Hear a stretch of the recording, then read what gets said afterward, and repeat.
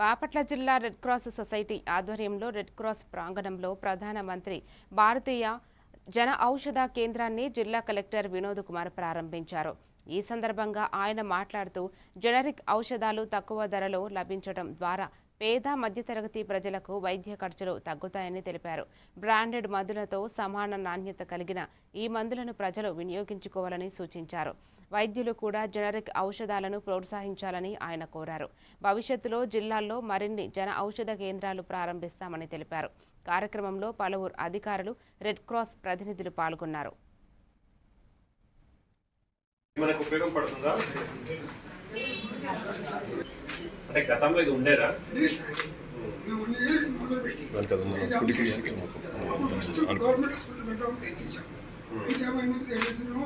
Accommodation at government hospital because of the clumsy area. So we shifted here and we got it. So gatam ఎక్కడ ఉండేది ఇది?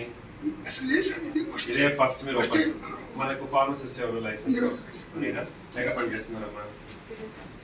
దీని ముందు ఏం లేదు ఎక్కడ? మైత్రి హాస్పిటల్ ఎం ఫార్మసీ. సో ఇప్పుడు కొత్త ఇక్కడ మనం ఓకే, గుడ్ గుడ్. సో మీరు పబ్లిసైజ్ చేయాలి ఏముంది హెచ్ఓ గారు, అండ్ ఈరోజు ప్రెస్ నోట్ కూడా ఇష్యూ చేయండి.